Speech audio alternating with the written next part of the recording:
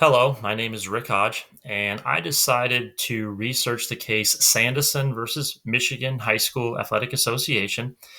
This case went to the Sixth Circuit Court in 1995. Um, what the case was about: Ronald Sandison and Craig Stanley, they each had a learning disability. And with their disability, they had to repeat kindergarten and take it more than once. When they were in their later years of elementary school, they were not implemented into the regular classroom till fourth or fifth grade. And even in high school, they had paraprofessionals that were with them, helping them with their learning disability. The main thing was they had when they repeated kindergarten, they were placed two grades below the other kids that were their age.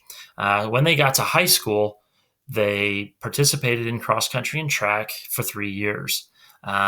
When they were ready for their senior year of high school, they turned 19 years of age.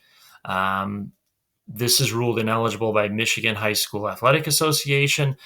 The boys sued. They felt like they were being discriminated against and not allowed to participate their senior season because of the disability that they have. Both sides of the case. Sandison and Stanley had to repeat kindergarten because of a disability.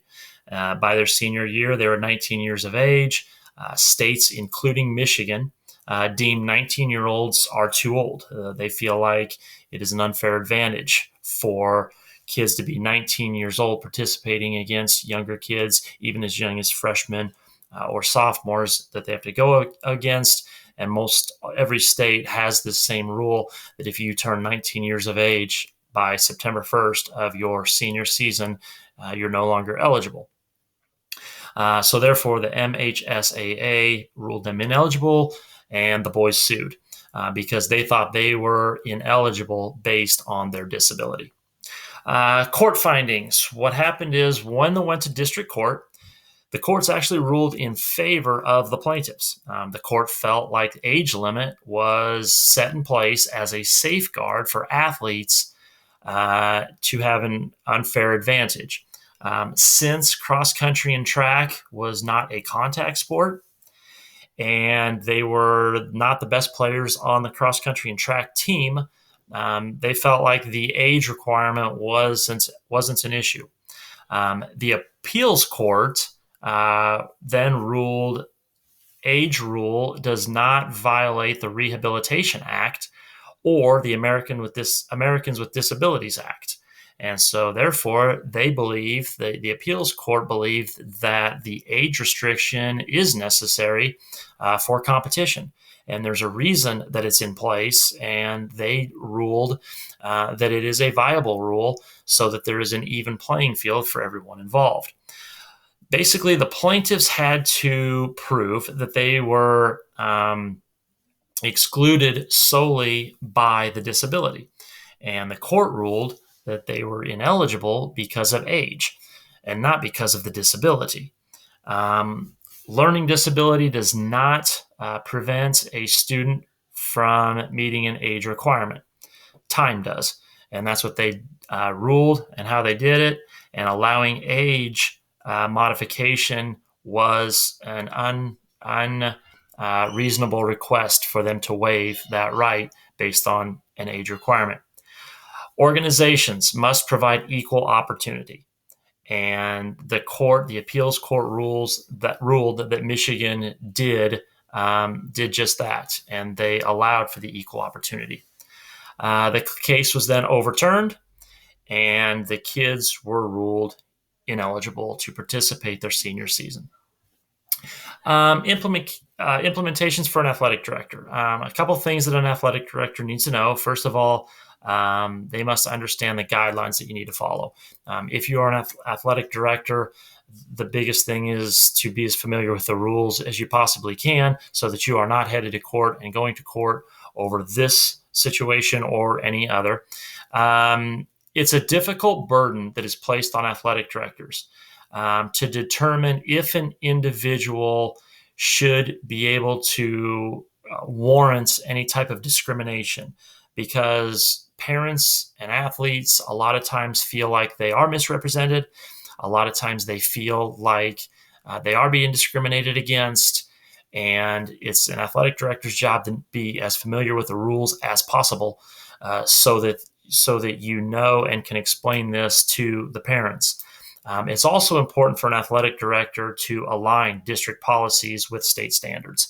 And in this case, for instance, the state of Michigan had rules in place and they had state standards. So, as an activities director, it's very important that you align your district standards with those of the state.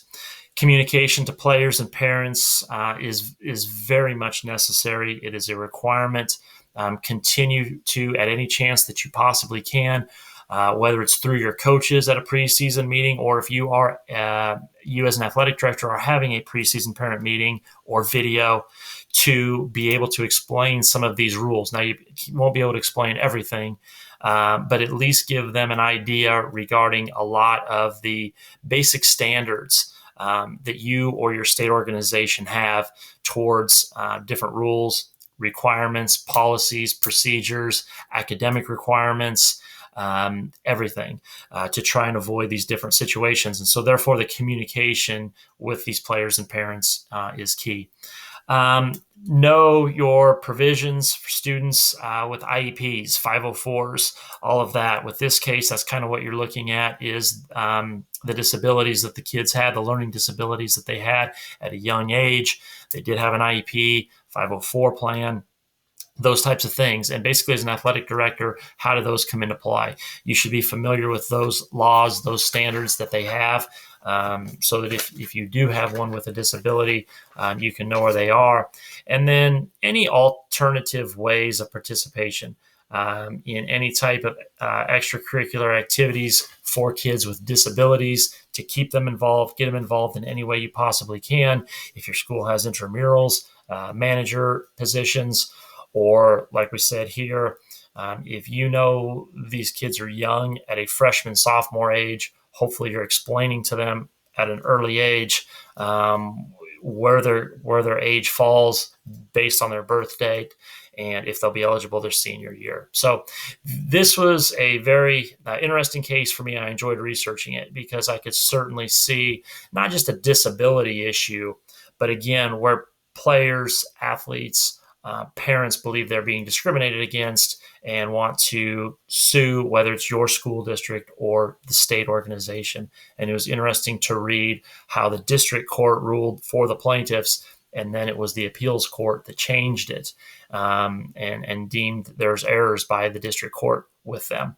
And that was very interesting to me. And then also the different ways outlined that athletic directors can help prevent this and make exceptions, or what they should know. So if you had the opportunity to read about this, I hope you found it as interesting as I did. And thank you very much.